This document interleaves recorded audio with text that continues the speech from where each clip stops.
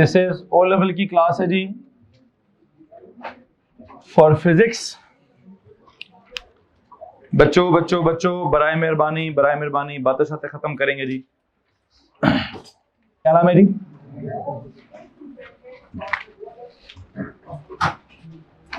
और इस mechanical physics में जो हमारा चैप्टर है उसका नाम क्या है? डायनामिक्स। और डायनामिक्स में हम क्या पढ़ रहे हैं? It is the study of motion with reference to क्या? फोर्स या forces.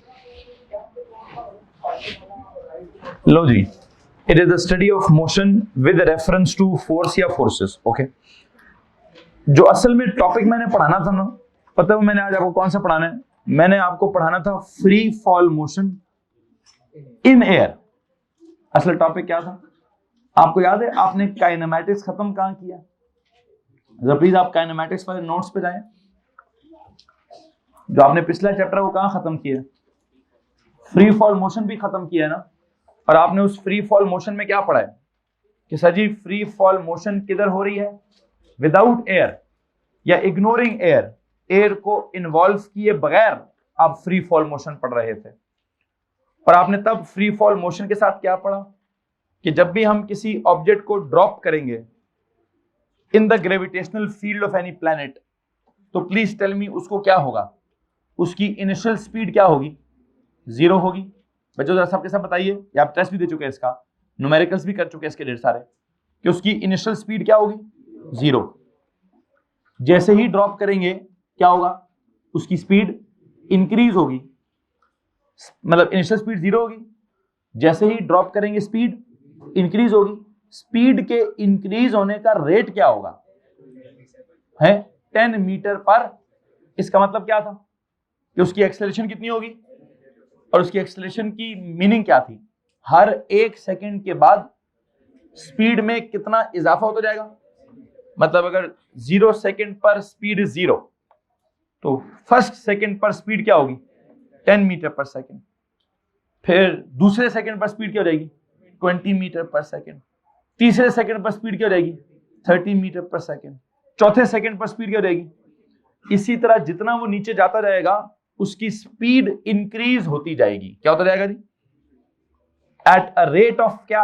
Eight a rate of 10 metre per squared second, which means कि speed will increase by 10 metre per second in every second. क्या इसमें किसी को problem है? Okay.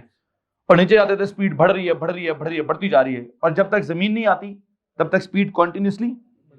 और जब स्पीड जब वो ऑब्जेक्ट जमीन को हिट करेगा तो किस स्पीड से हिट करेगा? बहुत ही ग्रेट, बहुत ही मैक्सिमम स्पीड के साथ हिट करेगा। और वो स्पीड की वैल्यू होगी कितनी? वो आप किस फॉर्मूले से निकालेंगे? A is equal to V minus U over, और इसमें से किसको सब्जेक्ट बनाएंगे? V को। कैसे बनाते हैं?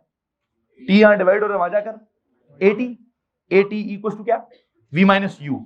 फिर U वहां क्या हो रहा है?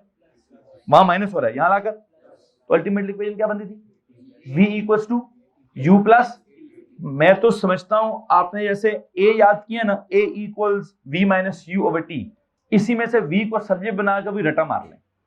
क्या कर लें? V को सब्जेक्ट बनाकर रटा मार लें। मैंने तो मारा हुआ है V equals U plus AT। क्या रटा मारा हूं? अभी क्या करें? अभी इस एक्सेलरेशन वाली इक्वेशन में एक काम करें जरा, जहां पे आपका ये फ्री फॉल मोशन था उस पेज पर आए। काइनेमैटिक्स में अपनी नोट्स में काइनेमैटिक्स में जाइए प्लीज। और काइनेमैटिक्स में जहां पर आपका फ्री फॉल मोशन था, प्लीज उस पेज पर जाएं, दिखाएं कॉपी। और वहां जाकर क्या करना है जी? वहां फ्री फॉल मोशन में हमने कोई अपवर्ड मोशन भी पढ़ा हुआ है और डाउनवर्ड मोशन भी पढ़ा हुआ है। और डाउनवर्ड मोशन में ना एंड पर एक फॉर्मूला भी लिखा हुआ है हमने। कौन सा? स्टार्ट किया था A equals V minus U over T से, AT हो गया, V माइनस यू हो गया, U प्लस हो गया। जरा प्लीज उसको हाईलाइट करें, प्लीज उसको हाईलाइट करिए। और जब आप उसको हाईलाइट कर लें, कौन से वाले फॉर्मूले को? समझ आए किसकी बात कर रहा हूं?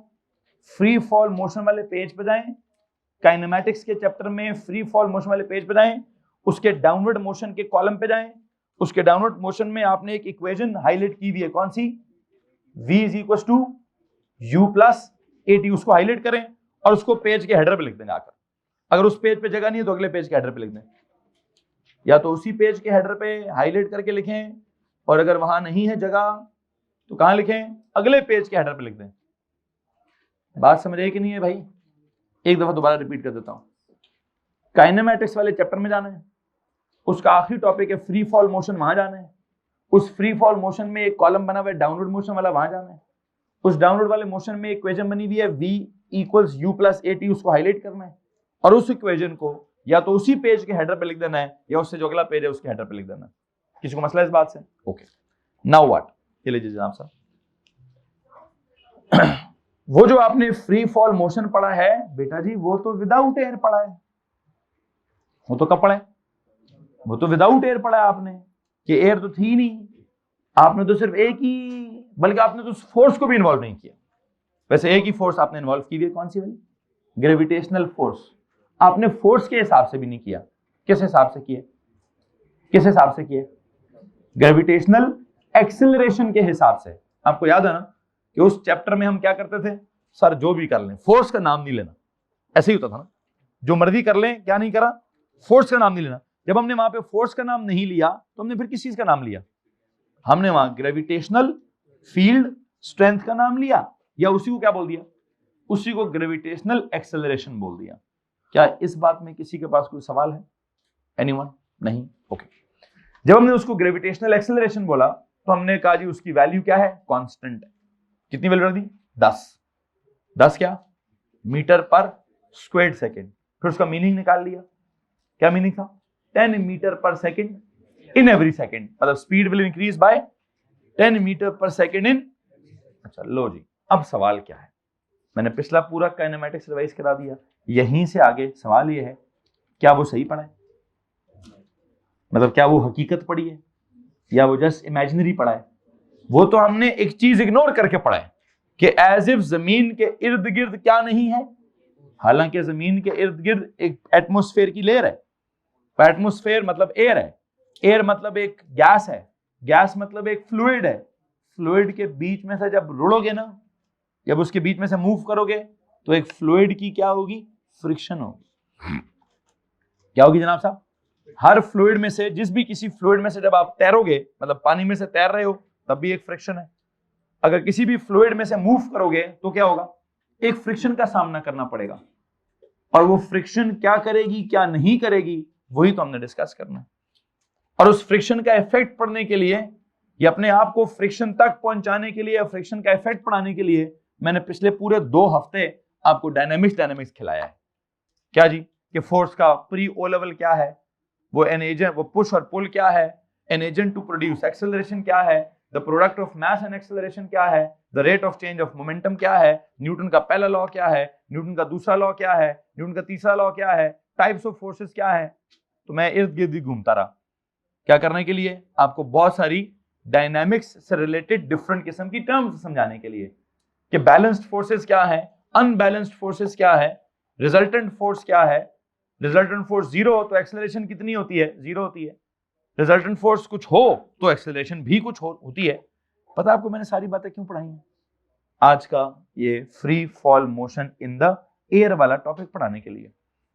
क्योंकि वहां पर मैंने क्या क्या जिक्र करना है, मैंने वहां बैलेंस्ड फोर्सेस का जिक्र भी करना है, मैंने आज के टॉपिक में अनबैलेंस्ड फोर्सेस का जिक्र भी करना है, मैंने आज के टॉपिक में एफ नेट की जगह एमए भी लिखना है, मैंने आज के टॉपिक में एफ नेट की जगह 0 करके एक्सेलरेशन 0 भी करनी है, मैंने आज के टॉपिक में इक्विलिब्रियम का लफ्ज भी इस्तेमाल करना है, मैंने आज के टॉपिक में यूनिफॉर्म मोशन का लफ्ज भी इस्तेमाल करना है, मतलब मैंने आज के टॉपिक में टाइप्स ऑफ फोर्सेस को भी इन्वॉल्व करना है। तो एक्चुअल में जहां से काइनेमैटिक्स का चैप्टर छोड़ा था वहीं से वो चैप्टर स्टार्ट होगा। अगर आप देखें, दोबारा याद करें कि काइनेमैटिक्स का चैप्टर कहां खत्म किया है? फ्री फॉल मोशन पे खत्म किया है, विदाउट एयर। वहीं से आज मैं उधर ही पहुंच गया हूं दोबारा, पूरी लंबी चौड़ी मुख्तलिफ किस्म की कहानियां समझाकर फोर्स के बारे में, फोर्स के बारे में क्या देखें। एक काम करें, टॉपिक क्या है? मोशन। कौन सी मोशन? कौन सी मोशन पढ़ानी है? काइनेमैटिक्स में कौन सी मोशन पढ़ी है? फ्री फॉल पढ़ी है ना, तो मैंने दोबारा क्या पढ़ाना है? मैंने दोबारा फ्री फॉल मोशन पढ़ाना है। लेकिन पहले कैसे पढ़ाया था? पहले पढ़ाया था विदाउट या बाय इग्नोरिंग एयर। आज क्या करूंगा? In air, free fall motion in air. तो जब मैंने free fall motion in air पढ़ाना है तो क्या मैं एयर की रेजिस्टेंस को इग्नोर करूंगा? नहीं। आज मैं इन एयर की बात करूंगा तो मैंने एयर की रेजिस्टेंस को भी बीच में जरूर इन्वॉल्व करना है। और एयर की रेजिस्टेंस का वर्ड इन्वॉल्व करने के लिए, चूंकि वो एक फोर्स थी, मुझे क्या करना पड़ा? मुझे फोर्सेस के बारे में बहुत कुछ पढ़ाना पड़ा। लो जनाब साहब, क्या कुछ पढ़ाना पड़ा बताएं जनाब साहब। मोशन का तो काइनेमैटिक्स वाला चैप्टर था ना, वो तो हो गया था, तो खत्म हो गया था। फ्री फॉल मोशन तक भी पहुंच गए थे, शीट भी कर ली थी, टेस्ट भी कर लिया था। तो क्या रह गया था? Free fall motion in air रह गया था। एयर के बीच में फोर्स के हिसाब से बात पढ़ानी थी। नीचे की तरफ फोर्स कौन सी होती है? वेट। ये एयर रेजिस्टेंस किस तरफ को होगी? देखेंगे किस तरफ को होगी, किस तरफ को नहीं होगी। हम उस बात तक पहुंचने के लिए एक दफा दोबारा रिव्यू करते हैं कि हमने फोर्सेस के बारे में क्या कुछ पढ़ा, क्या नहीं पढ़ा। जरा मुझे प्लीज बताइए। मैंने आपको एक नया वाला नोट शीट दी है, बल्कि मैंने कल आपको, किसी बच्चे ने कहा सर मुझे न्यू वाली शीट नहीं मिली। अब्दुल्ला आपको नहीं मिली थी? गुम गई थी। तो मैंने कहा सर जी मुझे दोबारा ग्रुप पे भेज दें। तो शायद मैंने कल आपको ग्रुप पे भी वो दोबारा भेज दिया था। क्या? न्यू वाली शीट। कि उस न्यू शीट में क्या चल रहा है? नंबर 1 क्या चल रहा था?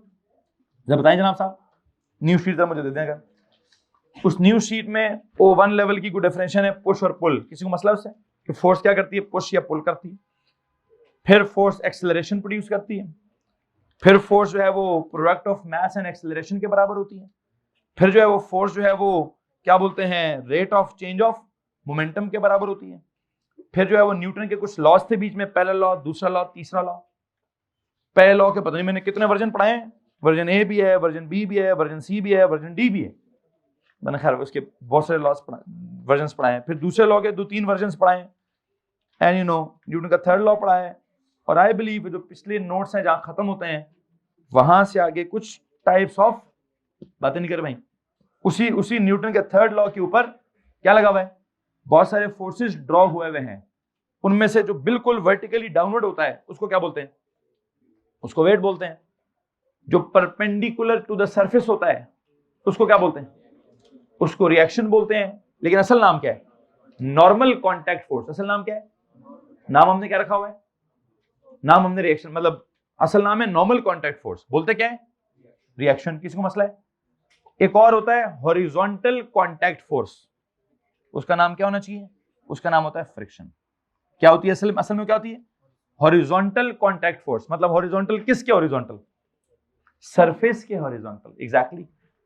सरफेस के perpendicular is reaction and surface के पैरेलल या सरफेस के along what is it?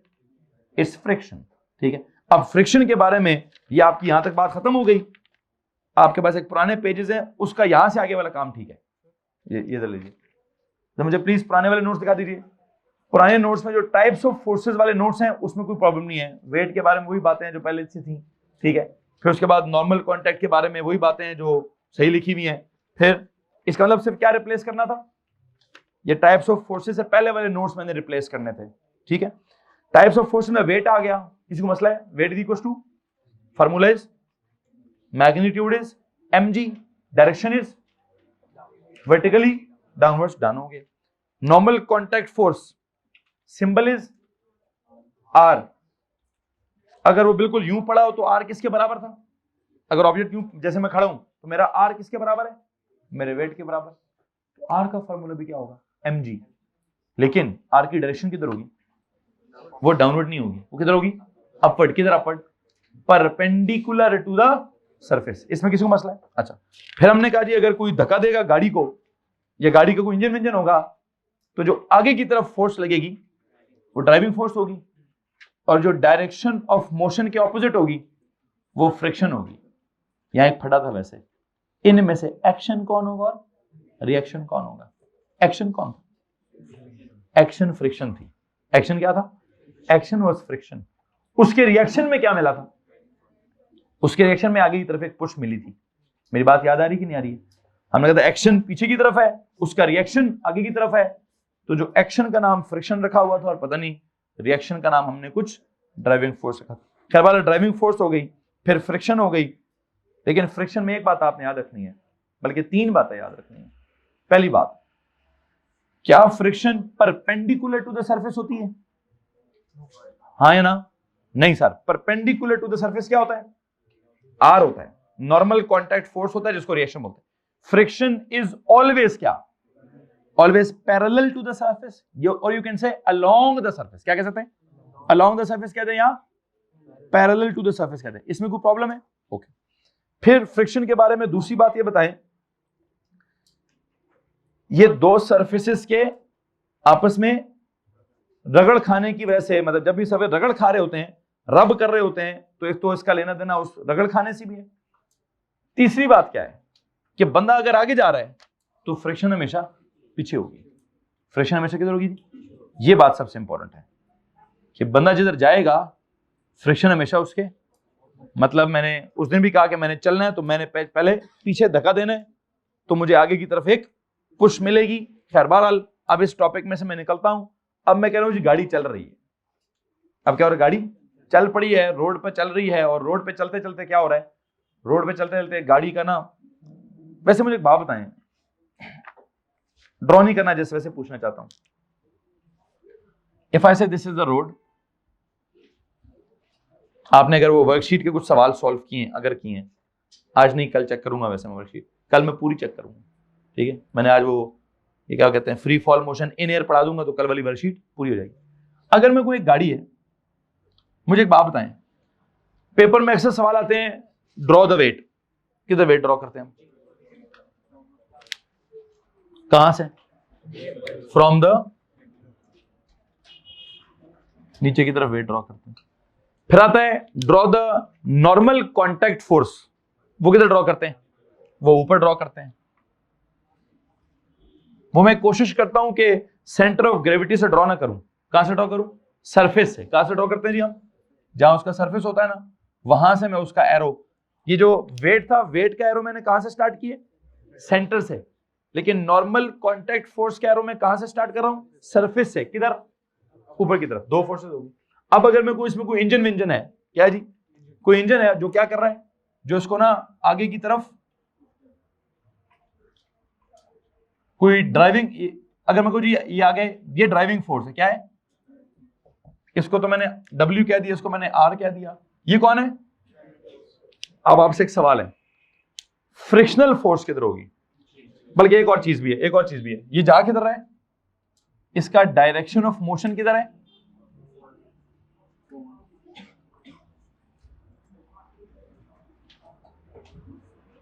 If I tell you कि इसका डायरेक्शन ऑफ मोशन जो है वो आगे की तरफ है, तो इसका मतलब ड्राइविंग फोर्स किधर होनी चाहिए?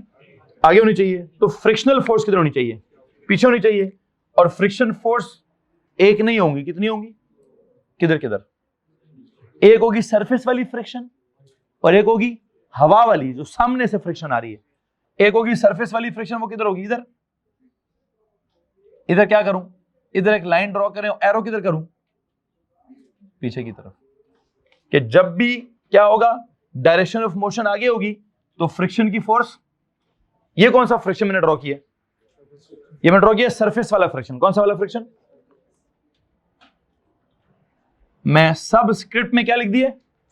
सरफेस वाली फ्रिक्शन। एक और फ्रिक्शन भी होगी, वो कहां से मथे लगेगी? वो सामने से मथे लगेगी, ठीक है? मथे लगेगी, जैसे मथे लगने का मतलब ही क्या होता है? चेहरे पे आके लगना। तो अगर एक बंदा भाग रहा है, बहुत जोर से भाग रहा है, तो उसको सामने से क्या होता है? उसको सामने से आके हवा इंपैक्ट करती है। अब वो हवा ने बंदे को इंपैक्ट करना है, चलो बंदे पे इतना फील नहीं होता क्योंकि बंदे की स्पीड इतनी होती ही नहीं है, लेकिन गाड़ियों की स्पीड तो बहुत तेज होती है ना। अगर आपने मोटरवे पे सफर किया है और सफर के दौरान अगर आपने शीशा खोल दिया है, और शीशा खोलते खोलते अगर आपने हवा को महसूस करना है, ठीक है, अगर आप अपना हाथ बाहर निकालते हैं तो सुथरा फील होता है। हाथ किधर जाता है? हाथ को अच्छी खासी पीछे की तरफ है, और आपने खेलना हो तो फिर आप यूं यूं करना स्टार्ट कर देते हैं जी। खैर जो भी आपने वहां हवा के मजे लेने, लेकिन अगर आप हाथ यूं करेंगे तो ये हाथ आपसे यूं होता नहीं है, ये बड़ा जोर लगाना पड़ता है, डिपेंडिंग अपॉन के गाड़ी की स्पीड क्या है। 120, 130, 140 पे चल रही हो, नहीं तब तो चलाना जाता है जी। 125 तक बहुत होना तो 5-6 किलोमीटर ऊपर नीचे बंदा कर सकते, लेकिन है यहाँ तो उधर पुलिस वाला ना हो तो जिधर मर्जी जाए, ठीक है, लेकिन आप पुलिस वाला आ जाए तो पाकिस्तानी पुलिस नहीं है, मोटरवे वाली पुलिस थोड़ी मुझे चाइनीज लगती है जी, वो चलान पुत्र करके ही छोड़ती है। जो मर्जी आप कर लें, जिधर मर्जी से आप आ जाए, तो वो उसकी ड्राइंग कहां बनाऊं, मतलब उसका एरो कहां बनाऊं? अगर वो कहते हैं दो फ्रिक्शंस दिखाएं, वैसे तो अगर मुझे जनरल फ्रिक्शन दिखानी होती ना तो मैं यहां से एरो पीछे बना लेता, क्या कर लेता, लेकिन अगर मुझे 2 फ्रिक्शंस दिखानी है, एक फ्रिक्शन में अलोंग द सरफेस दिखा रहा हूं, एक फ्रिक्शन मैंने सामने से दिखानी है, और वो क्या करें जी, आई थिंक अगर मैं उसके लिए ढेर सारे एरोस बना दूं, किसी को मसला इस बात से कि सर जी ये भी हवा टक्कर मार रही है, ये भी हवा टक्कर मार रही है, यहां से भी टक्कर मार रही है, यहां से भी मार रही है, लेकिन होता क्या है, वो कहता नहीं यार ऐसे तो फिर वेट भी बहुत सारी, मतलब यहां से भी वेट नीचे, यहां से भी नीचे, यहां से भी नीचे, यहां से भी नीचे, या नॉर्मल रिएक्शन यहां से भी ऊपर है, यहां से हमने एक एक एरो बनाया, सारी फोर्सेस के लिए एक एक एरो बनाया, तो एयर फ्रिक्शन के लिए भी क्या करें, एक ही एरो बनाए, ढेर सारे नहीं बना सकता, कोई भी बना लें इनमें से, ढेर सारे एरोस बनाने की जरूरत नहीं है, एक एरो बस बना दें। ये मैंने यहां से आगे ड्राइविंग फोर्स का बनाया हुआ था, इसी के ऑपोजिट क्या करें जी, इसी के ऑपोजिट एक बना लें, बस जिधर भी बना लें, बस डायरेक्शन क्या होनी चाहिए, इधर होनी चाहिए। ये कौन सी फ्रिक्शन है जी, इसको एफ लिखकर मैं सबस्क्रिप्ट में क्या लिख देता हूं इसके साथ, एयर, एलो जी। आई थिंक ये सारी फोर्सेस मैंने पढ़ा दी हैं आपको, इसमें अगर किसी को प्रॉब्लम है तो प्लीज हाथ खड़ा कर दीजिए। क्या आप में से किसी को वेट के साथ प्रॉब्लम है कि वेट क्या होता है, क्या किसी को नॉर्मल कॉन्टैक्ट फोर्स या नॉर्मल रिएक्शन से प्रॉब्लम है कि क्या होता है, ड्राइविंग फोर्स का मतलब किसी को ना पता हो, फ्रिक्शन का मतलब किसी को ना पता हो, सरफेस फ्रिक्शन का मतलब किसी को ना पता हो, एयर फ्रिक्शन का मतलब किसी को ना पता हो, आई थिंक ये सारे मतलब आ चुके हैं। तो ये हमने अभी तक इतना चैप्टर पढ़ लिया जी। हाँ एक बात है, अब हो क्या रहा है, अगर मैं कहूं जी वर्टिकली सिस्टम बैलेंस्ड है, वर्टिकली सिस्टम, इसका मतलब क्या होगा, वर्टिकली ऐसे बोलना जी, वर्टिकली सिस्टम इक्विलिब्रियम में है, वर्टिकली सिस्टम क्या है, और ये इक्विलिब्रियम रेस्ट वाला है, कौन सा वाला है, मतलब वर्टिकली मूवमेंट, तो फोर्सेस क्या होंगी, बैलेंस्ड होंगी, कौन किसके बराबर होगा, W, बच्चों इधर ध्यान दीजिए, इधर ध्यान दीजिए, W किसके बराबर होगा, WR के बराबर होगा। अच्छा अब अगर मैं कहूं कि हॉरिजॉन्टली भी सिस्टम इक्विलिब्रियम में है लेकिन मूव भी कर रहे हैं, तो ये क्या कहानी है, ये कौन सी वाली मूवमेंट है, ये यूनिफॉर्म मोशन है, या तो क्या ये, या तो यूनिफॉर्म मोशन है, या वो क्रूज कंट्रोल वाली सिचुएशन है, क्या ये क्रूज कंट्रोल की सिचुएशन है जिसमें, अच्छा अभी भी क्या इसको भी इक्विलिब्रियम कहते हैं, हाँ कहते हैं, क्योंकि इसमें भी क्या होता है, इसमें भी बंदा बेशक मूव कर रहा हो, बंदा बेशक, फोर्सेस क्या होती हैं, बैलेंस्ड होती हैं, इधर भी एफ नेट क्या होता है, 0 होता है। इसमें कौन कौन सी फोर्सेस बराबर होंगी, आगे वाली कौन सी है, ड्राइविंग फोर्स किसके बराबर होगी, कौन कौन सी फ्रिक्शन, 2 है बैकवर्ड, एयर फ्रिक्शन प्लस, या फिर एक काम करें total friction, driving force is equal to क्या, टोटल फ्रिक्शन के बराबर होगी। किसी को प्रॉब्लम है तो हाथ खड़ा कर दीजिए, एनीवन। मैं उम्मीद करता हूं जो मैं आपको समझाना चाहता था वो आपको बात समझ आ चुकी है। अब यहां से आगे कहता सवाल मैं ये वाला तो डालूंगा ही नहीं, ये तो सवाल कहीं ना कहीं वर्कशीट में आ गया होगा कि पता नहीं कि एक सवाल था जिसमें स्विमर क्या कर रहा था, उसका फॉरवर्ड बैकवर्ड क्या हुआ था, इक्वल, तो उसने पूछा होगा क्या कर रहा है आपको जी, कांस्टेंट स्पीड से चल रहा है, ठीक है। फिर एक होगा जी गाड़ी है, गाड़ी कांस्टेंट स्पीड से चल रही है, तो क्या होगा आपको, अच्छा जी अगली वाली फोर्स और पिछली वाली फोर्सेस बराबर है, क्या इसमें किसी को प्रॉब्लम है, ये तो आपका एक बड़ा सिंपल सा सवाल था। एक काम करेंगे, इसको भी कहीं ड्रॉ नहीं कर लेना चाहिए, जिस किसी भी पेज पर आप मौजूद हैं, free fall motion in air वाले पेज पर आप उसके हेडर पे चले जाएं,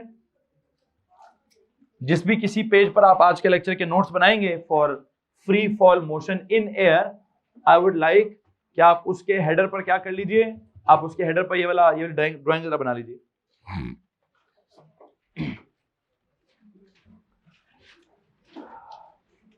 पेज के हेडर पर प्लीज, पेज के हेडर पर मैंने नीचे क्या करना है, नीचे नॉर्मल नोट्स हैं, ये अलग एक्स्ट्रा नॉलेज है, वो ऊपर टॉप पर हेडर पर इधर इधर ड्राइंग बना लीजिए। यस, जिस भी पेज पर हैं उसके हेडर पर जाएं और उसके हेडर पर जाकर ये वाली ड्राइंग एक बनाएं कि ताकि आपको ये समझ आए कि कब कब कहां कहां कैसी कैसी फोर्स होती है, किसी भी ऑब्जेक्ट पर कहां कहां कैसी कैसी फोर्स बनानी होती है।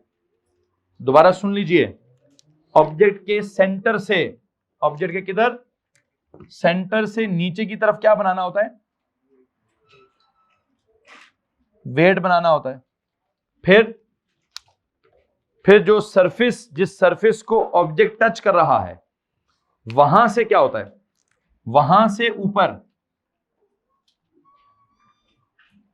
क्या बनाना होता है जी, वहां से ऊपर normal reaction force, that is normal contact force, that is reaction, वो बनाना होता है। नहीं, मिड पॉइंट से नहीं, फ्रॉम द सरफेस, यहां से। यू सी ग्रीन वाला एरो मैंने यहां से बनाया, लेकिन हां एक बात है, वैसे इस वाले एरो की लेंथ कितनी होनी चाहिए, आर वाला जो एरो है उसकी लेंथ कितनी होनी चाहिए, वेट वाले एरो के बराबर, क्योंकि बराबर है ना, वेट वाले के बिल्कुल बराबर है। तो जितनी लेंथ आपने वेट वाले की बनाई है उतना ही लंबा एरो आर वाले का बनाने की कोशिश कीजिए। अब आप कहेंगे सर ये तो बहुत नीचे चला गया है और ये तो थोड़ा सा ऊपर गया है, तो भाईजान ये मैंने सेंटर से बनाया, ठीक है। मिसाल के तौर पे इसकी लेंथ इधर से कितनी है, सपोजिटली 10 सेंटीमीटर, तो इसकी भी कितनी है, यहां से ये भी कितनी होनी चाहिए, 10 होनी चाहिए। अब देख लें जहां तक भी एरो जाता है। अच्छा, फिर जनाब साहब क्या हुआ है, फिर मैं क्या, अगर गाड़ी की डायरेक्शन ऑफ मोशन आगे है, अगर गाड़ी की डायरेक्शन ऑफ मोशन आगे है, तो ड्राइविंग फोर्स किधर है, कहीं से भी आगे बना लें, मैंने सेंटर से आगे कर दी है, किसी को प्रॉब्लम है इस बात से, ड्राइविंग फोर्स आगे आगे। अगर डायरेक्शन ऑफ मोशन आ गया तो फ्रिक्शनल फोर्स किधर होगी, वो पीछे होगी। सरफेस वाली फ्रिक्शन भी एक दिखा दें और एयर वाली फ्रिक्शन भी एक दिखा दें, सरफेस वाली फ्रिक्शन भी एक दिखा दें और एयर वाली फ्रिक्शन भी एक दिखा दें। और अब मेरा आपसे एक छोटा सा सवाल है, वो छोटा सा सवाल ये है कि अगर क्या हो रहा है, अगर डायरेक्शन ऑफ मोशन तो है ये, अगर इसकी मोशन जो है वो है कांस्टेंट मोशन, यूनिफॉर्म मोशन, क्या मोशन है, यूनिफॉर्म मोशन है, तो आप मुझे एक बात बताइएगा,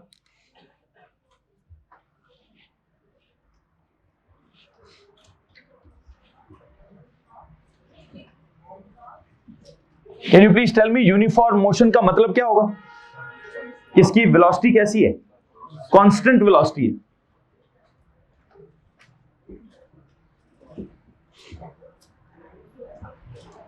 तो क्या आप मुझे बता सकते हैं कि अगर इसकी वेलोसिटी कांस्टेंट है तो एक्सेलरेशन क्या होगी, 0।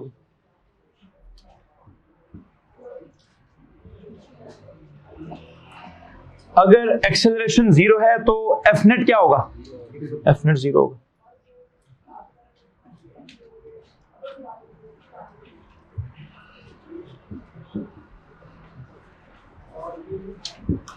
इन सारी बातों का एक और मतलब भी है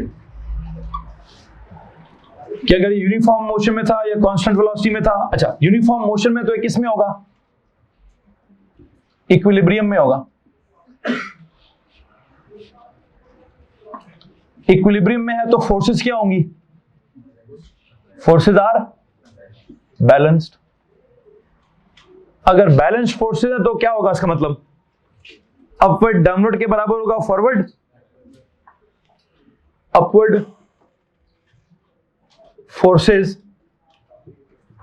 किसके बराबर होंगी,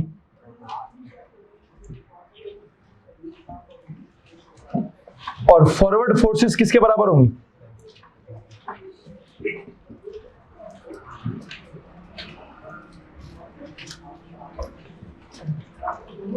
जी भाई प्लीज बताइए, क्या आपको ये वाली बात समझ आ रही है, क्या आपको फोर्सेस की टाइप्स समझ आ गई हैं, आपको उनके एरोज समझ आ गए हैं, आपको यूनिफॉर्म मोशन का मतलब कांस्टेंट वेलोसिटी होता है, इसमें किसी को प्रॉब्लम है, उसका मतलब 0 एक्सेलरेशन होता है, इसमें किसी को प्रॉब्लम है, और नेट फोर्स भी क्या होगी, 0 होगी, इसमें किसी को प्रॉब्लम है। तो सिस्टम को हम इक्विलिब्रियम कहेंगे, उसमें फोर्सेस बैलेंस्ड होंगी, फॉरवर्ड बैकवर्ड के बराबर होगा, अपवर्ड डाउनवर्ड के बराबर होगा। क्या यहां तक किसी को प्रॉब्लम है भाई? इट मींस ये पूरे की पूरी समरी थी किससे पहले, वो free fall motion in air से पहले जितना डायनेमिक्स पढ़ा है, ये है पूरे डायनेमिक्स की समरी। इसमें एक चीज वैसे रह गई है, क्या लिखूं, अपवर्ड डाउनवर्ड की जगह क्या लिखूं जी, क्या ना ऐसे R is equal to W, forward backward में can I say what is forward? Driving force is forward. What is backward? Friction. कौन कौन सी? सरफेस वाली प्लस, इधर लिख दो प्लस एयर, दोनों लिख दें इसकी दोनों. हेलो जी, हाँ जी, हाँ उधर ही हेडर पे लिख दें. ये लो जी, ये आप बात खत्म होती है. एंड आई थिंक ये जितना मैंने समझाया है, this is the summary of dynamics studied so far. ये मैंने क्या पढ़ा जी? This is the summary of क्या? ऑफ डायनामिक्स, जो भी आपने पढ़ा अभी तक. जी तो जनाब, इससे पहले कि मैं आगे जाऊं, प्लीज इसमें कुछ सवाल पूछ लीजिए. जी पुत्र.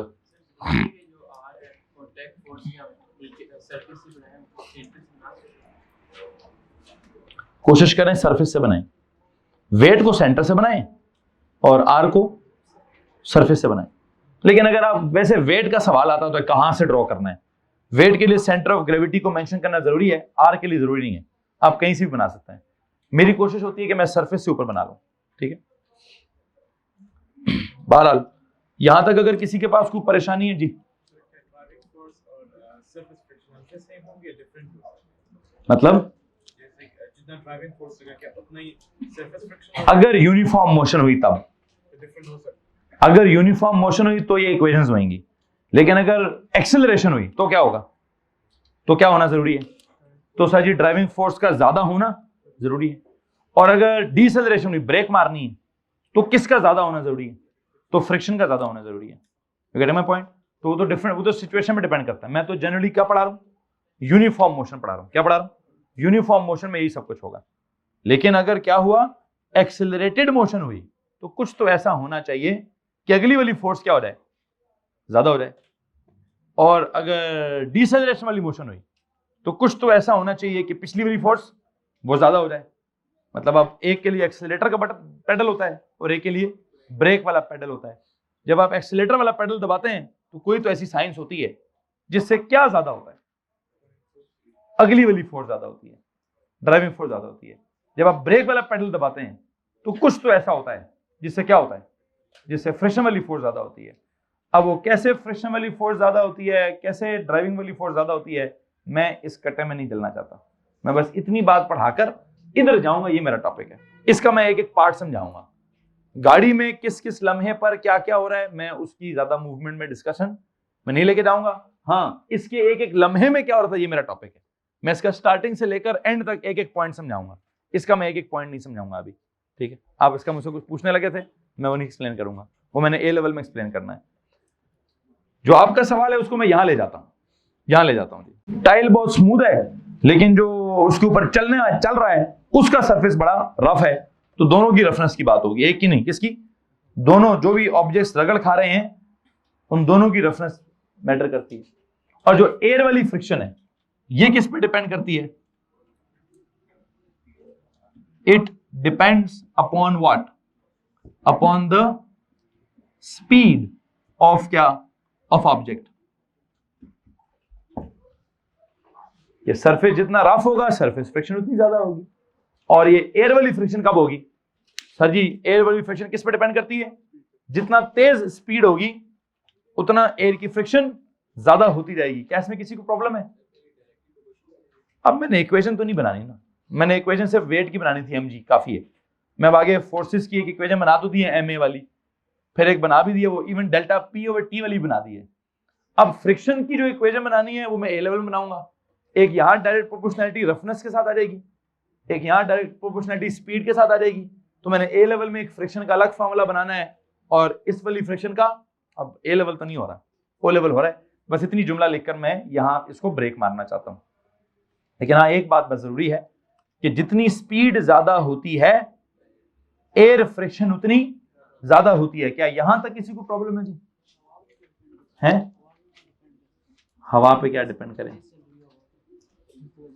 अच्छा बस हवा है जी, हम हवा चल, अच्छा ये बात भी, वैसे अगर हवा चल रही हो तो फिर तो एक नया मसला होगा. फिर देखेंगे हवा चल किधर रही है. जिधर मैं चल रहा हूं अगर हवा उधर ही चल रही है तो मेरी स्पीड तेज हो जाएगी. अगर मैं कहूं मैं आगे चलना चाहता हूं, हवा पीछे चलना चाहती है, तो क्या हो जाएगा? तो मैं अभी हवा के चलने की, मैं विंड को इन्वॉल्व नहीं कर रहा, मैं एयर पढ़ा रहा हूं, विंड नहीं पढ़ा रहा। एयर में और विंड में फर्क है। एयर क्या होती है? स्टिल। विंड क्या होती है? जब वो एयर किसी तरफ जाने लगती है तो हम उसको विंड कहते हैं। खैर मैं विंड नहीं पढ़ा रहा, ठीक है। बहरहाल एयर पढ़ा रहा हूं। एयर के बारे में अज्यूम ये करेंगे, वैसे आप कहेंगे सर उसकी केमिस्ट्री होती है, एयर गैसियस स्टेट होती है, उसके पार्टिकल्स रैंडमली मूव करते हैं। हाँ करते हैं, रैंडमली मूव करते हैं, लेकिन सम टाइम वो पूरी की पूरी सारे पार्टिकल्स क्या कहते हैं कि हमने उधर जाना है, नॉर्थ की तरफ। तो जब सारी हवा एक ही तरफ जाने लगती है तो उसको क्या कहते हैं हम? वो विंड कहते हैं उसको। तो विंड नहीं इन्वॉल्व कर रहा, अभी इन्वॉल्व हो सकती है। विंड की स्पीड बहुत ज्यादा मैटर करती है। आपने जब भी सफर किया हो, अगर किसी ने तूफान में सफर किया है तो उसको सुतरा समझ होगी कि विंड कितना मैटर करती है, कितना नहीं करती। लेकिन बहरहाल मैं अभी तूफान के सफर की बात नहीं करूंगा, मैं अभी नॉर्मल सफर की बात कर रहा हूं। और नॉर्मल जर्नी में क्या हो रहा है, आप आगे जा रहे हैं, एयर फ्रिक्शन पीछे, हवा चले ना चले, तूफान हो ना हो। आई होप आपको मेरी बात समझ आ रही है कि नहीं आ रही, कि अगर एयर स्टिल भी है, कोई तूफान नहीं है, कोई जोरदार किस्म की हवाएं नहीं चल रही, हवा है तो चाहिए ना, चल ना रही हो, बंदा तो चल रहा है ना। तो जब बंदा चलेगा हवा के बीच में से तो क्या होगा? तो सर जी हवा लगेगी, हवा मथे लगेगी। हवा मथे कैसे लगेगी? वो हवा ने मथे ऐसे लगना है कि उसने फ्रिक्शन क्रिएट करनी है। बहरहाल इसी सवाल को मैंने थोड़ा और एक्सप्लेन कर सकता हूं पानी के बीच में जाकर, कि पानी अगर जिस तरह एक अक्सर ना वो कुछ पॉन्ड्स में बिल्कुल पानी स्टिल होता है, या स्विमिंग पूल की बात कर लेते हैं। स्विमिंग पूल में पानी क्या है जी? वो स्टिल है, तो उसमें बंदा स्विम करने के लिए खुद जोर लगाना पड़ता है, खुद एक फॉरवर्ड बैकवर्ड फोर्स होती है। दरिया में क्या होता है? दरिया में तो पानी रुड़ रहा है। अब अगर आपने जिस डायरेक्शन में दरिया रुड़ रहा है उस डायरेक्शन में स्विमिंग करनी है तो आप स्विमिंग ना ही करें, खुद ही कर लेंगे। आप खुद ही, आप पानी जिधर जा रहे हैं आप उधर चले जाएंगे। और अगर आप कहते हैं दरिया बह रहा है इधर, जरा उसकी उल्टी डायरेक्शन में स्विमिंग करके दिखा दे मुझे। आप दुनिया का सबसे बड़ा एथलीट ले लें, उसको बोले भाईजान दरिया नीचे जा रहा है, तू ऊपर स्विमिंग करके दिखा। वो कहेगा भाईजान माफी माफी माफी नहीं, माफी मुश्किल नहीं, माफी नहीं हो सकता, ये वो काम ही नहीं हो सकता। क्यों? लेकिन हाँ ये डिपेंड करता है, क्या पता दरिया की बहुत स्लो स्पीड हो तो बंदा कर ही ले। लेकिन समटाइम दरिया की स्पीड बहुत तेज होती है, उसके अगेंस्ट स्विमिंग करना क्यों मुश्किल होता है? बहुत फ्रिक्शन होती है, बहुत ज्यादा। लाइक खैर बहरहाल आपके सवाल की समझ आपको आई गई होगी कि सर जी हवा चल रही है। हवा क्या चली? मैंने पानी चला दिया। तो जब पानी चलेगा तो उस डायरेक्शन में जाएंगे तो स्विमिंग करें ही ना, बस कोशिश करें डूबे ना, ठीक है जी। हाथ पांव मारने की कोशिश इतनी करें कि नीचे ना जा रहे हो, आगे आप खुद ही चले जाएंगे। और जब पूरा फोर्स का नाम लूंगा, क्या नाम? Gravitational force. तो पहली बात क्या लिखूंगा जी? इट इज अंडर द, या free fall motion is under the influence of, under the influence of gravity. अच्छा, अब जो इन्फ्लुएंस ऑफ ग्रेविटी है, what is that influence of gravity? It is gravitational, नहीं जनाब, अब मैं पूरा बताएं। ग्रेविटेशनल फोर्स बोले, क्या बोले? वो तो पहले मजबूरी थी ना कि फोर्स का लफ्ज नहीं था बोलना, अब तो कोई मजबूरी नहीं है, अब तो डायनामिक्स है। अब क्या करना है डायनामिक्स में? फोर्स है, फोर्स का नाम इन्वॉल्व करना है, तो ग्रेविटेशनल फोर्स होगी। और ये जो ग्रेविटेशनल फोर्स होती है, वैसे इसके लिए आसान नाम क्या है? वेट। और इसका फॉर्मूला क्या है? W is equals to mg। m क्या होता है? m of an object is a constant। What about g? इसकी वैल्यू भी क्या होती है? कांस्टेंट। मतलब कितनी वैल्यू है? 10 m into 10, like this is 10m। Can I say it is constant? लो जी, ये फोर्स कांस्टेंट है। ओके, उधर मैंने एक ये कहानी डेवलप कर दी। इधर आ जाए, अभी एयर की तरफ आ जाए।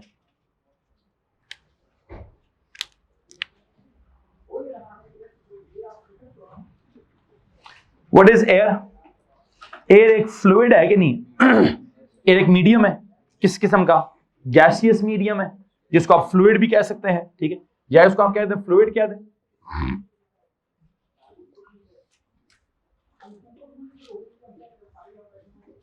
या इसको गैसियस मीडियम कह दें। जब भी आप कभी किसी मीडियम में से, गैसियस मीडियम में से या किसी फ्लूइड में से गुजरेंगे, क्या एक्सपीरियंस होगा? यू विल एक्सपीरियंस क्या? Fluid friction. क्या होगा जनाब साहब? एयर के साथ पहले लिख दें गैसियस मीडियम है, फिर लिखें सर जी गैसियस मीडियम है कि जो भी है असल में एक फ्लूइड है, और फ्लूइड्स के साथ क्या होता है, फ्लूइड्स के बीच में से मूव करो तो क्या एक्सपीरियंस होता है, फ्लूइड फ्रिक्शन एक्सपीरियंस होती है। इस केस में उस फ्लूइड फ्रिक्शन का नाम क्या है, चूंकि फ्लूइड का नाम एयर है तो फ्लूइड फ्रिक्शन का नाम एयर फ्रिक्शन होगा। क्या नाम होगा जी, उसका नाम होगा एयर फ्रिक्शन। अब चाहें तो इसको एयर फ्रिक्शन बोलें, एक और लफ्ज भी है एयर ड्रैग बोलें, या चाहें तो एयर रेजिस्टेंस भी बोल दें, एयर रेजिस्टेंस भी बोल दें। सिंबल क्या दूं, आर का सिंबल दूं, नहीं, आर का सिंबल तो है रिएक्शन के लिए, नॉर्मल कांटेक्ट के लिए, रेजिस्टेंस के लिए, फ्रिक्शन के लिए, ड्रैग के लिए मैं यूज सिंबल एफ ही करूंगा। क्या करूंगा, लेकिन एक सवाल है, उधर मैंने वेट लिखा, वेट को अल्टीमेटली क्या कर दिया, कांस्टेंट। यहां जो फ्लूइड फ्रिक्शन है किस पर डिपेंड करती है, लिखा था ना, इट डिपेंड्स ऑन द क्या, greater the speed of the object, greater the what, greater the friction. तो दिस फ्रिक्शन डिपेंड्स अपॉन क्या, स्पीड।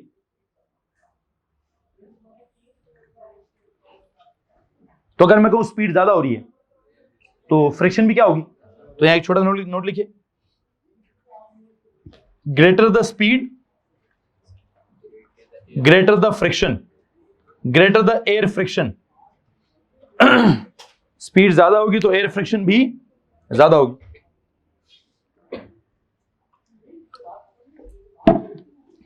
ओके, अब मुझे एक बात बताएं, अगर एक ऑब्जेक्ट है,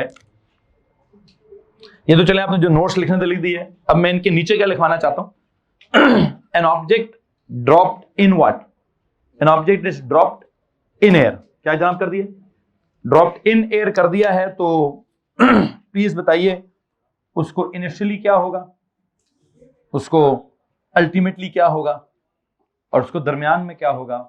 ये मैंने आपको 3 स्टेजेस समझाने की कोशिश करनी है। तो एक काम करिए, ये दोनों बातें बराबर करने के बाद लिखिए, when an object is dropped in air,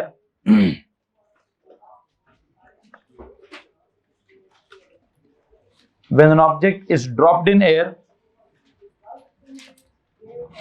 इतनी बात तो मैं समझा चुका हूं कि वेट कांस्टेंट है और जो फ्रिक्शन है ये वेरिएबल है।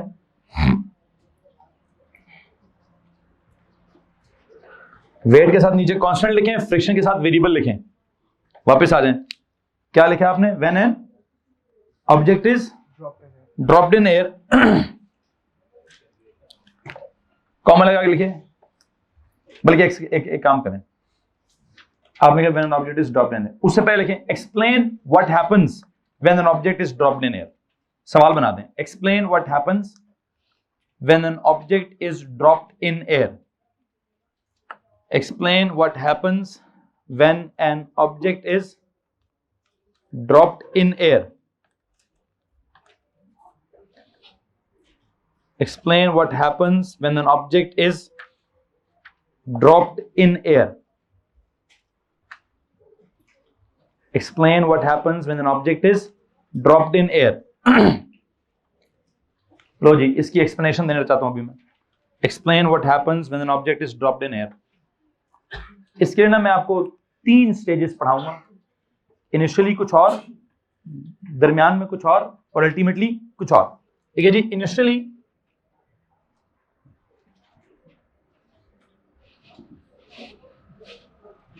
इनिशियली क्या होता है, सुनने जरा। ये एक ऑब्जेक्ट है, प्लीज टेल मी अभी टाइम क्या है, 0। अगर टाइम 0 है, at time 0, please tell me जब इसको ड्रॉप करेंगे तो इसकी इनिशियल स्पीड क्या होगा, इसकी इनिशियल स्पीड होगी 0। एक बात अगली बड़ी इंपॉर्टेंट है, जिस लम्हे आपने ड्रॉप किया उस लम्हे सिर्फ और सिर्फ कौन सी फोर्स इन्वॉल्व होगी, सिर्फ वेट इन्वॉल्व होगा। क्या इन्वॉल्व होगा जी, सिर्फ वेट इन्वॉल्व होगा। क्यों, वो किधर है, वो डाउनवर्ड है, और वो उसकी वैल्यू होती क्या है, कांस्टेंट। क्या होती है, कांस्टेंट। उसकी वजह से एक एक्सेलरेशन होगी, वो भी क्या होगी, कांस्टेंट। इनिशियली जब टाइम 0 था, स्पीड 0 थी, तब क्या था, I believe the only force acting was gravitational. क्योंकि स्पीड 0 होना, तो एक बात बताएं जरा मुझे, वेट तो होगा, वेट कितना होगा, mg, लेकिन फ्रिक्शन कितनी होगी, फ्रिक्शन कितनी होगी, प्लीज बता दीजिए। तो नहीं, वो तो देखो 0 है, friction depends upon speed. Initially अगर स्पीड 0 है तो फ्रिक्शन कोई नहीं, वो भी कितनी होगी, वो भी 0 होगी। लो जी, इनिशियली क्या हो रहा था, जब टाइम 0 था, तो अभी आपने ड्रॉप किया ही है, अभी आपने ड्रॉप, मैं पहले लम्हे की बात कर रहा हूं, उस लम्हे में नीचे की तरफ क्या है, सर जी वेट तो है, लेकिन ऊपर की तरफ अभी फ्रिक्शन। फ्रिक्शन कब पैदा होगी, जब ये नीचे जाएगा ना, नीचे जाते जाते इसकी स्पीड ज्यादा होती जाएगी ना, स्पीड ज्यादा होते होते फ्रिक्शन भी, हाँ तब फ्रिक्शन पैदा होगी। अभी तो फ्रिक्शन, अभी तो स्पीड ही पैदा नहीं हुई, अभी तो जस्ट आपका पहला मूवमेंट है। इस पहले मूवमेंट में आपने जब ड्रॉप किया तो उसकी इनिशियल स्पीड कितनी है, 0 है, उसका वेट कितना है, mg के बराबर है, उसके ऊपर फ्रिक्शन कितनी है, कोई फ्रिक्शन नहीं है। अच्छा तो क्या हो रहा होगा, मुझे एक बात बताइए, this is weight, this is mg, यही उसकी क्या होगी, यही उसकी नेट फोर्स होगी ना। Please tell me what is net force. Net force कौन है, नेट फोर्स नहीं, उसका फॉर्मूला ma होता है, लेकिन नेट फोर्स इस वक्त एक्ट कौन कर रहा है, which force is the net force, weight is the net force. अब if weight is the net force, हाँ यहाँ पे काम कर सकते हैं कि नेट फोर्स की जगह लिख दें क्या, ma, और वेट की जगह लिख दें क्या, mg। m और m क्या कर दें, काट दें, तो a किसके बराबर है, लो जी, a is equal to g, g is equal to क्या, लो भाई। ये इनिशियल सिचुएशन है, 10 metre per second in every second, ये आपका इनिशियल सिचुएशन आ गई जनाब। किसी को मसला इस बात से कि इनिशियली क्या हो रहा है, speed increases by 10 metre per second इन, क्यों, क्योंकि आपके एक्सेलरेशन की वैल्यू कितनी निकली है, 10 निकली है ना, ऐसे ही है, कोई सवाल नहीं है, पक्की बात है। अच्छा, अब वक्त के साथ साथ क्या होगा, अब अगली बात सुनिए, एज स्पीड इंक्रीजेस क्या होगा, फ्रिक्शन इंक्रीजेस। कौन सी वाली, as speed increases air friction also increases. अच्छा, उसके इंक्रीज होने से क्या होगा, आप जरा सुनिए, ये कौन है, वही ऑब्जेक्ट जिसका नीचे क्या था, वेट कितना था, mg, ऊपर क्या पैदा हो गया, थोड़ा या ज्यादा, अभी थोड़ा, इनिशियली क्या है, वेट तो बहुत ज्यादा था ना, फ्रिक्शन थोड़ी थोड़ी करके क्या होगी, जैसे जैसे स्पीड बढ़ेगी वैसे वैसे फ्रिक्शन बढ़ेगी। तो मैं कहता हूं जी फ्रिक्शन ये बना दी मैंने। इसका आपको पता है कांस्टेंट, और ये क्या है, ये किस पे डिपेंड करती है, स्पीड पे डिपेंड करती है। ये क्या है, w is equal to mg है, और वो इज इक्वल टू नहीं है, वो प्रोपोर्शनल टू v है। अब अगर मैं कहूं कि स्पीड ज्यादा हो रही है और एयर फ्रिक्शन भी ज्यादा हो रही है, आपसे एक सवाल है यार, what is net force, wait minus friction. पहले वेट, नेट फोर्स क्या था, सिर्फ वेट, क्यों सर, वो एयर फ्रिक्शन थी। अब नेट फोर्स क्या है, नीचे वेट, ऊपर, तो अब क्या करूं नेट फोर्स के लिए, W माइनस एफ करूंगा ना, इसमें किसी को मसला है। अब एक सवाल है, वेट है कांस्टेंट, फ्रिक्शन हो रही है ज्यादा, तो इसके ज्यादा होने से नेट फोर्स क्या हो रही होगी, हाँ, तो हमने कहा जी स्पीड जब बढ़ती है एयर फ्रिक्शन भी बढ़ती है, उसके बढ़ने से नेट फोर्स को क्या होता है, ये सबसे इंपॉर्टेंट बात है जी। सर जी नेट फोर्स डिक्रीजेस,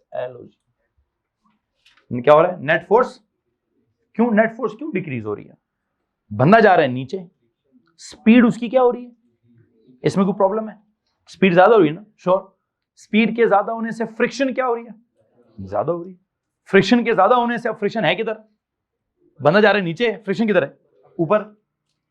अगर बंदा नीचे जा रहा है, फ्रिक्शन है ऊपर, तो नीचे की तरफ वेट थी एक फोर्स, ऊपर की तरफ, तो नेट फोर्स किसके बराबर होगी, W माइनस एफ। इसी के बराबर होगी ना।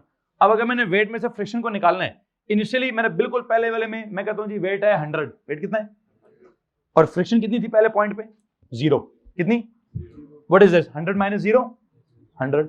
अब मैं कहूं थोड़ी देर बाद फ्रिक्शन होगी 10, कितनी होगी, तो नेट फोर्स कितनी होगी 100 माइनस 10 इट इज 90। अगर मैं कहूं थोड़ी देर बाद फ्रिक्शन होगी 20, तो नेट फोर्स कितनी होगी 100 माइनस 20 इट इज 80। मैं कहूं फ्रिक्शन और ज्यादा होगी 30, तो फ्रिक्शन के ज्यादा होने से नेट फोर्स क्या होती है, किसी को मसला इस बात से, तो क्या मैं कह सकता हूं कि नेट फोर्स जब कम हो, एक काम सुनिएगा ये वाली वैल्यू क्या हो रही है, इसके ज्यादा होने से ओवरऑल रिजल्ट क्या हो रहा है कम। एक और इक्वेशन भी तो है, एफ नेट की एक और इक्वेशन क्या होती है एम ए। अगर मैं कहूं जी एफ नेट क्या हो रहा है कम हो रहा है, तो इसकी कम होने से एक्सेलरेशन क्या होगी, तो क्या मैं ये कह सकता हूं कि आपने कहा as speed increases air friction increases net force decreases, तो क्या एक्सेलरेशन डिक्रीजेस, कहां से डिक्रीजेस, इनिशियली क्या थी 10, अब क्या होगी कम हो जाएगी, 10 से कम हो जाएगी, या 9 हो जाएगी, या 8 हो जाएगी, या 7 हो जाएगी, या 6 हो जाएगी, या 5 हो जाएगी। इवन एक्सेलरेशन कम होते होते कितनी हो जाएगी, एक वक्त आएगा कि एक्सेलरेशन, ये कौन सा वक्त होगा, एक काम करते हैं, अगर मैं कहूं क्या अब आते हैं थर्ड, अल्टीमेटली क्या होगा, मैंने कहा इनिशियली ये होगा, फिर मैंने कहा ये होगा, ये इनिशियल वाला पॉइंट आ गया, फिर ये हो रहा था, अब अल्टीमेटली क्या होगा, ultimately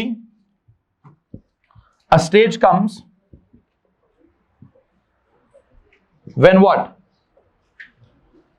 when speed increases so much that air friction increases so much that it equals to क्या, एयर फ्रिक्शन ज्यादा होते होते क्या हो जाती है, एयर फ्रिक्शन ज्यादा होते होते वेट के बराबर भी तो हो सकती है ना, या नहीं हो सकती। तो मैं अगर कहूं ultimately stage comes when air friction equalizes क्या, वैसे बैलेंसेस, इक्वलाइजेस या इक्वलाइजेस भी ठीक है, और एक और लफ्ज लिख सकते हैं क्या, बैलेंसेस, एयर फ्रिक्शन इक्वलाइजेस या बैलेंसेस व्हाट वेट। अगर एयर फ्रिक्शन ने वेट को क्या कर दिया है, बैलेंस कर दिया है। अब एक तीसरी ड्राइंग सुने जरा, फिर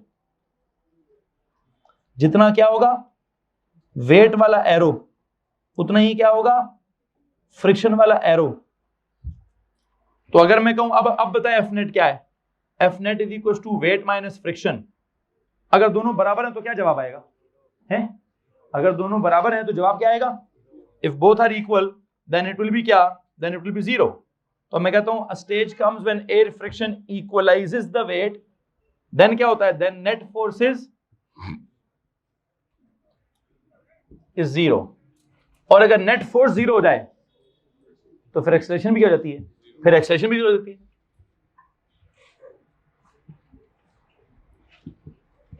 अब एक छोटा सा सवाल है कि जब एक्सेलरेशन 0 हुई है क्या ऑब्जेक्ट रुक गया, नहीं भाई, इस वक्त ऑब्जेक्ट की स्पीड क्या चल रही है, बेटा जी मैक्सिमम स्पीड चल रही है। क्या चल रहा है, मैक्सिमम स्पीड चल रही है। कितनी, गौर से मेरी बात सुनिए, जब ड्रॉप किया था तब स्पीड क्या थी, 0 थी, फिर वक्त के साथ स्पीड क्या हो रही थी, ज्यादा। एक्चुअल में तो स्पीड ज्यादा हो रही है ना, स्पीड ज्यादा होने से क्या हो रहा था, गौर से सुनिए, स्पीड क्या हो रही थी ज्यादा, ज्यादा होने से फ्रिक्शन क्या हो रही थी ज्यादा, फ्रिक्शन ज्यादा, स्पीड ज्यादा होते होते फ्रिक्शन ज्यादा होती गई, फ्रिक्शन ज्यादा होते होते किसके बराबर हो गई सर जी, फ्रिक्शन ज्यादा होते होते वेट के बराबर ही हो गई।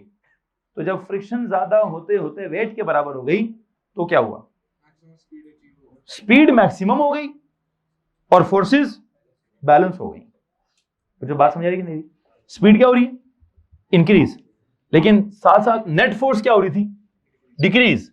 अब अगर मैं कहूं कि नेट फोर्स हो गई है 0, तो स्पीड पता क्या हो गई है, स्पीड हो गई है maximum, speed reaches its maximum value.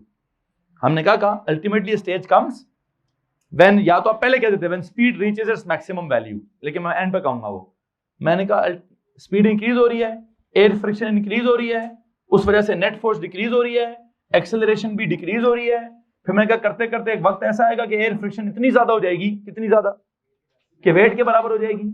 जब वो वेट के बराबर हो जाएगी तो नेट फोर्स कितनी हो जाएगी, जब नेट फोर्स जीरो हो जाएगी तो मैंने कहा एक्सेलरेशन कितनी हो जाएगी, जीरो। जब एक्सेलरेशन जीरो हो जाएगी तो स्पीड क्या हो जाएगी, constant, and that constant will be the maximum value. तो एक काम करिए, हेंस वी कैन से, आपने कहा ना acceleration is zero, acceleration zero, इसको अंडरलाइन कर, अल्टीमेटली स्टेज कम्स। एक तरफ तो वो कॉन्सेप्ट चल रहा है, ultimately stage comes when air friction is equal to क्या, वेट। तो उस वक्त स्पीड का क्या हो रहा है, स्पीड हैज रीच्ड, या speed reaches its maximum value,